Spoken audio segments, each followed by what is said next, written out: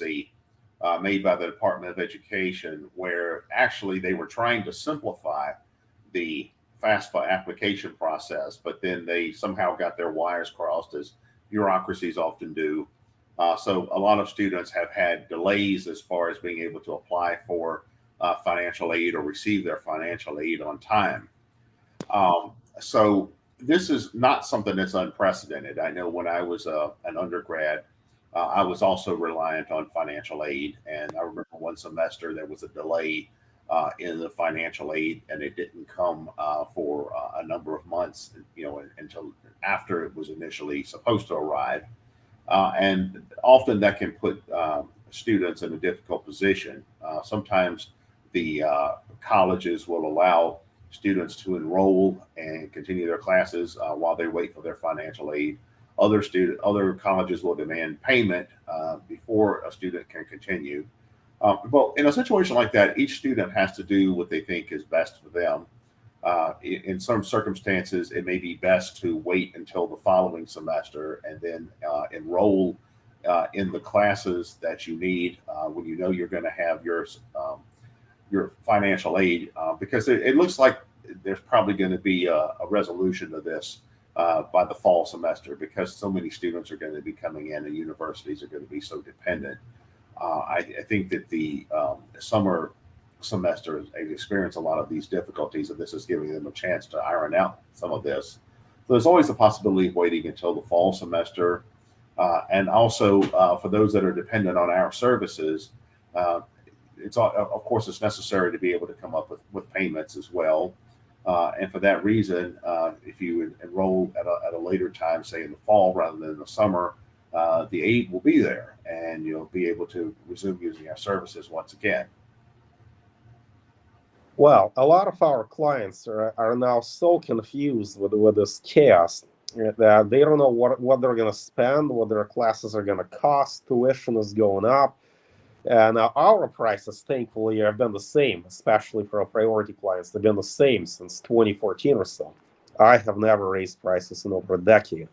Yeah, the cost of living in the U.S. are skyrocketing, and education has gone up in price by, I believe, by over 500% since 1974, when adjusted for real wages. Now, this is a double whammy. I mean, what can our clients do to deal with this? And this is an impossibly difficult situation. Well, it's obviously important to get the best deal you can on educational services. And a lot of students find that community colleges are a lot cheaper. Online colleges are a lot cheaper. You can also use services like Sophia.org. There are some self-paced services like that. Like Sophia is a great example. Sophia, you can sign up for college classes and work at your own pace. You can take just one class at a time, and then you don't have to have it done right away. We've had a good number of clients that we've helped quite a bit by referring them to those services. Also, when you're using services like ours, it's important to find one that's cost effective, and ours is certainly very cost effective. We are probably one of the most cost effective academic writing companies out there, and certainly there's nothing that matches the level of quality we provide for the same comparable cost. So it's important to find a good quality academic writing services like ours that's also cost effective. And by using a cost effective writing service like academic composition and combining that with going to a cost effective institution, whether it's Sophia.org, whether it's Strayer, whether it's one of the or Phoenix, whether it's one of the online schools or community college or junior college, where you can say get special tuition rates if you're an in-state student. By combining these approaches, you can greatly reduce the cost of your education as opposed to, say, going to an out-of-state college or going to a private university. Well, Sophia.org is certainly a great recommendation. It's a novelty. It's a great way to save money. And we've had countless clients who got their entire bachelor's degree in a matter of months. All you need to do is sign up at a 4-year university and then take most of your classes on Sophia and then transfer the credits. We can even tell you what classes you need to take at Sophia. And it really is that easy. That we've been doing 2 or 3 classes per week for a lot of these people, and all they had to pay was $99 a month for Sophia membership. And then, as far as our fees are concerned, well, I've seen people get an entire class done for under $300 per class. So imagine that. Just multiply that by 4. You've spent 1,200, and you already have 4 classes done. How many credits is that? That's 16 credits, 12 at least. You do this for a few months, and then suddenly you have your entire bachelor's degree. So I'd say Sophia.org is definitely the most economically viable self-paced program. No question, is there any kind of a violation of FAFSA terms? Is there any kind of student loan agreement? Is there any kind of a contradiction between using Sophia and applying for student loans? Is there a problem with using federal student loan money for programs like Sophia? Well, that's going to depend on the different policies of the Department of Education.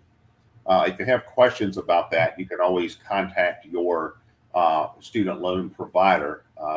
Usually, whatever company you're getting your student loan from, usually they have a customer service line where you can call and discuss that, because a lot of these student loans are the dispersal of them are facilitated through private entities, and of course the federal government, Department of Education, and the various agencies that work with the federal government to disperse financial aid. They also have customer service departments. You can certainly contact them and make sure that your school is recognized by them as a school that's eligible for financial aid. But in principle, there is no ethical or legal problem with paying for Sophia, right? That's education after all. It's not like you're buying a car with student loan Yes. money. Well, a good rule of thumb is accreditation. If you're using an educational institution that is accredited, say, by CHEA, which is CHEA, the Council of Higher Education in America, then if it's accredited by CHEA, then it's probably recognized by the Department of Education as well. That's a pretty good rule of thumb, and that means that your credits from that particular learning outlet will transfer to most other colleges as well. So essentially, the thing to know about Sophia is that it is an actual accredited institution. It's not a fly-by-night degree mill that will just scam you out of your money. We've seen it. People take classes there, they take their credits, and these credits are accepted at an actual accredited and a reputable academic institution. Yes, exactly. And I even have family members who've done that. Not only our clients, but I also have family members and others who have gone through these self-paced learning systems and gone on to transfer to other schools and take those credits with them in a way that allowed them to save a lot of money in the process. Yeah, so the silver lining here is that even if you can't get FAFSA federal loans, or if you have doubts about using that money for Sophia, the reality is that it's just so cheap that you can pay for that out of pocket. Now, let's crunch the numbers. Our standard weekly package is $75, $70 sometimes per class. So times that by 8, that's $560 to $600 that you'll pay for a traditional class. And sometimes there are even additional fees for exams or lengthy essays. So ballpark figure, give or take, people pay between $500 and $600, sometimes a little more. Yet with Sophia, you can easily pay half price. And the only catch is that you have to pay the $99 subscription fee. But that's so much cheaper than paying paying tuition in an actual university. At Sophia, you pay $99 a month. You can take up to 2 classes at a time, and we can do 2 classes per week for you if you want. There is no such thing as a more efficient and cost-effective way to get your degree now, is there? Yeah, and there are other schools besides Sophia. I mean, there's Penn Foster is another one.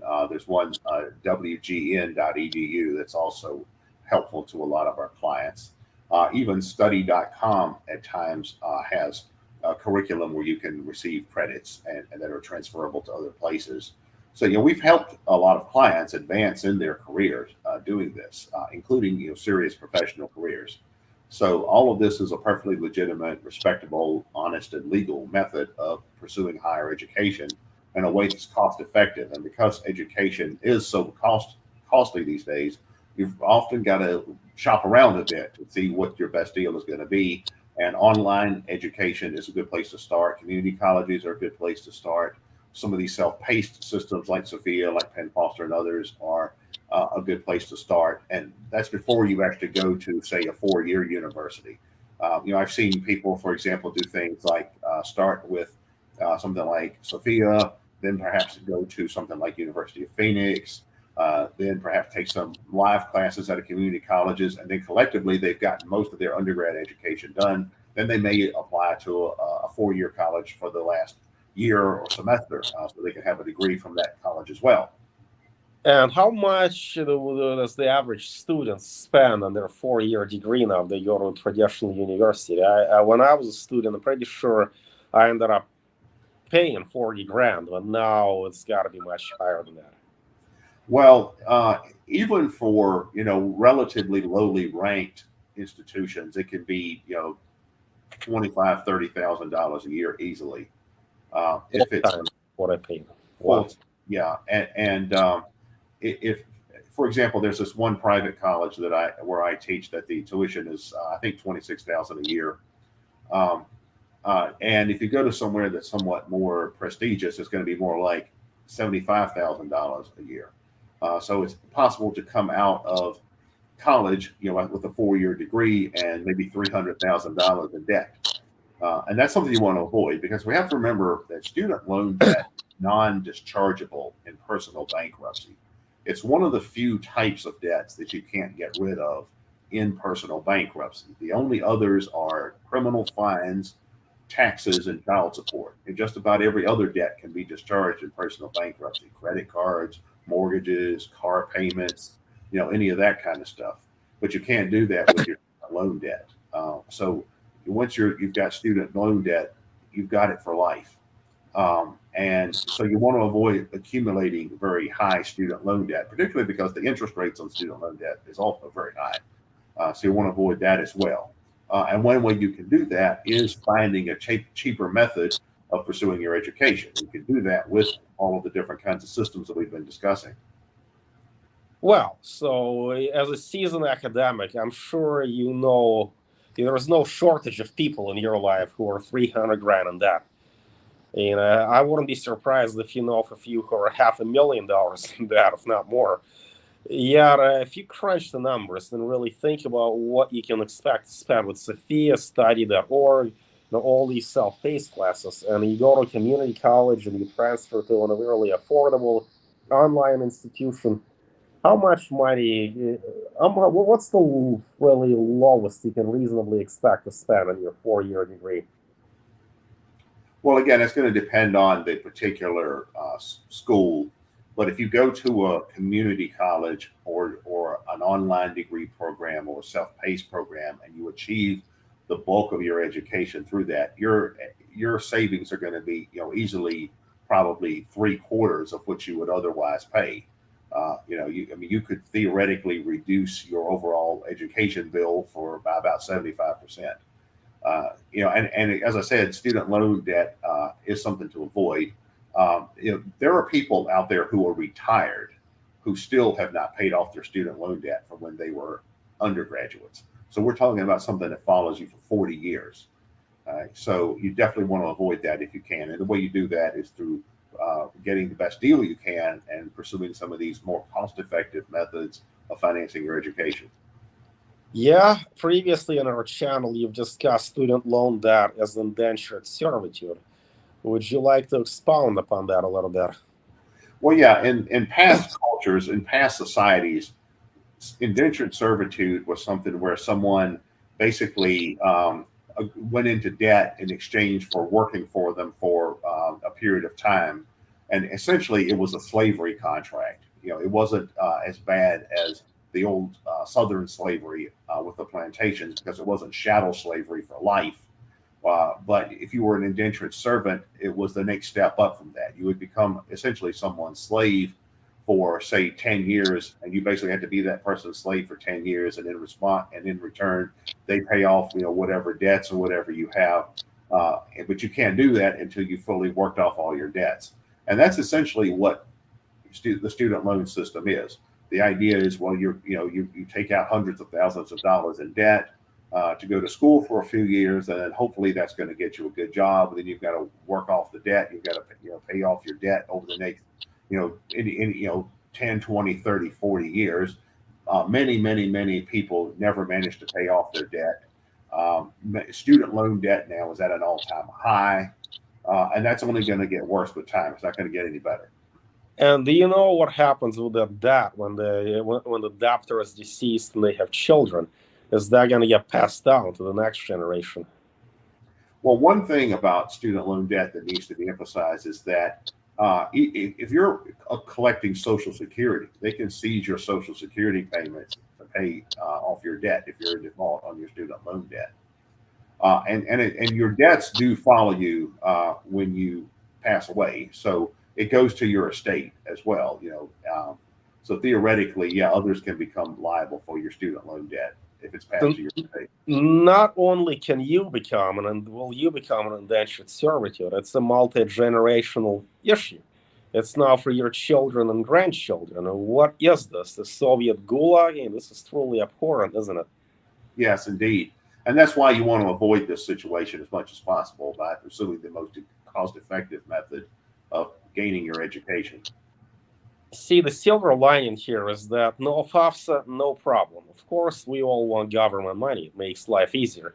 But think about the implications of this. Do you want to pass that burden onto your children and their children?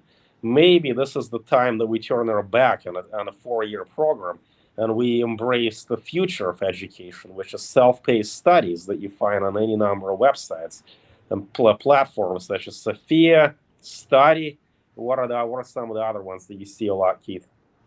Penn Foster is a popular one. Study.com is one. WGU.edu is one. WGU, yep. They're usually self-paced. We see a lot of them, though they're a bit more demanding than Sophia. They have higher standards, but they're still an efficient institution that you can fly through your classes with few to no delays. The grading is fairly fast there, isn't there? Yes, it is. Yeah, I mean, you can complete an entire course in a week, whereas it might take 4 months at a traditional college. So Penn Foster, WGU, Sophia, and even the American Military University. I don't know if that's self-paced.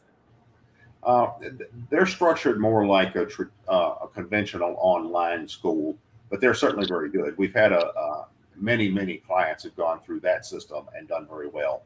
We have clients who are PhDs now because of their relationship with American Professional University.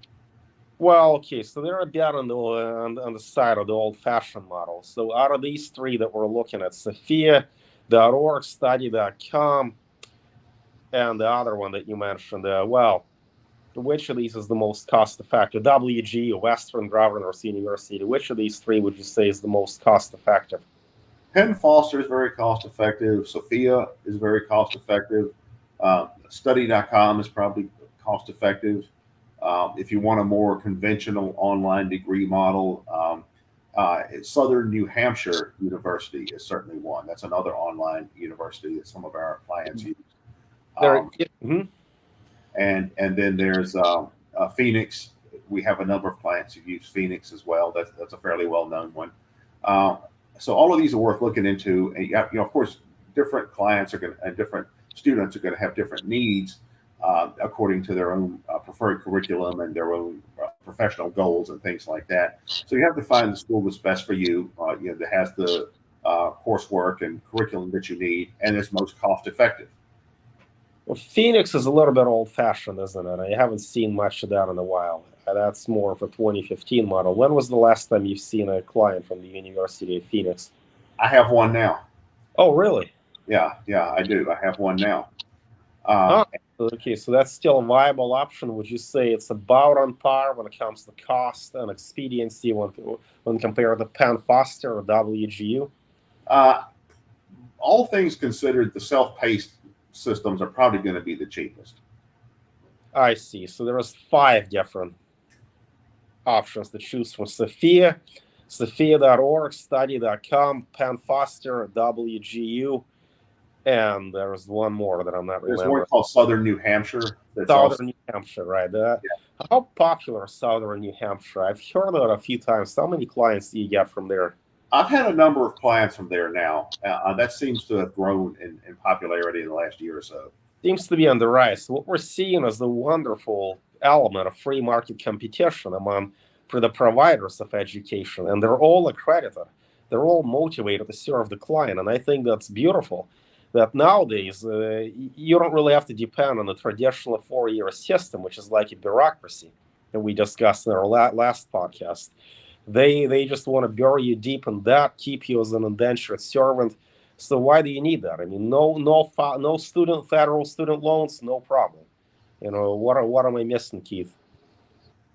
Uh, yeah. So right now, if you're interested in pursuing your education and you're having problems with FOSFA and you're looking for something that is less expensive, so you don't have to receive financial aid right away, you can wait, or perhaps you can avoid using financial aid altogether and save on accumulating student loan debt. The thing to do is find a cheap self-paced program like Sophia and start enrolling in classes with them. And as I said, we have clients that we are able to complete a course for them in a week that might take 4 months at a more traditional institution. Yeah, yeah. Now that I look back at it, just how little people have paid with Sophia, I remember that I had a few clients who got their whole degree with Sophia. I'm pretty sure that each of them paid less than $5,000 for the entirety of their classes that they were Yes. taking nonstop. Some of Yes. these people went on to get their master's degree the same way, and there they paid a little more. I'm pretty sure I'm thinking of a few people off the top of my head who probably spent maybe $7,000 or $8,000 in the entire master's degree that took them 4 to 5 months. So that's under a year. A bachelor's and a master's degree in under a year, and that's less than 15 grand spent. That's the price of a used car. And then people often ask me, what about the price of a dissertation? Well, I tell them that also costs like as much as a used car. That in fact we have several clients who pay the weekly fee for the dissertation for the equivalent of two classes. So in a couple of weeks, so in about 20-25 weeks, they should be done. When it's so said and done, the dissertation is going to cost about 3 grand. So that's like buying a very cheap used car. You can get your bachelor's degree, your master's degree, and even your PhD this way in under 20 grand. Where else is this been possible? Is there a single four-year university that can offer this kind of value for your money? And I'm talking about our services included. It's not just the tuition. Tuition, you just pay $99 for the Sophia subscription, and you pay next to nothing. That's peanuts. So it's the price of a new car is what you can expect to pay from a zero to PhD. Am I exaggerating, or is it really that cheap? No, that sounds about right. If you budget appropriately, you can certainly complete your undergrad education, your graduate school education, and then do a dissertation and get a doctoral degree, and use our services. We will essentially walk you through the entire process, and to relieve that burden of having to cover all of this coursework yourself. And it will be the overall cost, going through services like Penn Foster, like Sophia, and so forth. It's going to be a lot less than it would if you went to a traditional institution. With a traditional institution, what's going to cost you, only 20,000 with us is going to cost 200,000 with them. And you got your master's degree at a traditional institution and a bachelor's degree. So, needless to say, that wasn't cheap for you. Federal student loans are a problem. And then the process of getting your master's thesis accepted is rigorous. And in a traditional institution, it takes many different drafts. Now, you have experience dealing with our clients who have written a master's thesis or even a doctoral dissertation or through a traditional institution, and now you see those who got it done through an online institution. Tell me a little bit about the difference between the traditional process of getting your master's thesis done and the new process, the market-oriented process that we see today. Well, how many times does it have to come back for revision? How difficult are the supervisors? And all in all, what changes do you see recently in these trends? Well, one is time efficiency. For a traditional institution, completing any kind of graduate thesis or dissertation is probably going to take a year and a half, 2 years, uh, possibly even 5 years. Um, for with the way we do it, with the kind of institutions we often deal with, it can take 6 months. So maybe a year at the most, not even that. So there's a great deal more time efficiency as well as cost effectiveness. So the amount of time you're going to spend, in a traditional institution, you cut that back by half or even three-quarters. So recently, you've had a couple of clients who worked on a master's thesis and a doctoral dissertation. Of course, the doctoral dissertation is substantially more demanding. Yet in their case, from what I remember, I don't think you even had to bother rewriting the first draft. I think in all these cases, the initial draft was accepted, wasn't it? Yeah. Well, when you're doing these kinds of projects through the kinds of methods that we're describing, um, typically there's a lot more um, leeway in terms of flexibility and as far as completing the project. You're going to deal with a lot less aggravation in terms of revision requests and other bureaucratic features that you might find in a traditional institution. Yeah, yeah. So that's quite something that we're definitely seeing an entirely new model of education, and we're seeing where people can get their degree done with little to no reliance on federal student loans. And now is the time to make the change. There's never been a better time because the federal student loans have never been more difficult to get than they are now, and they have never been more expensive and more difficult to pay off, isn't that so? Very much so, yeah.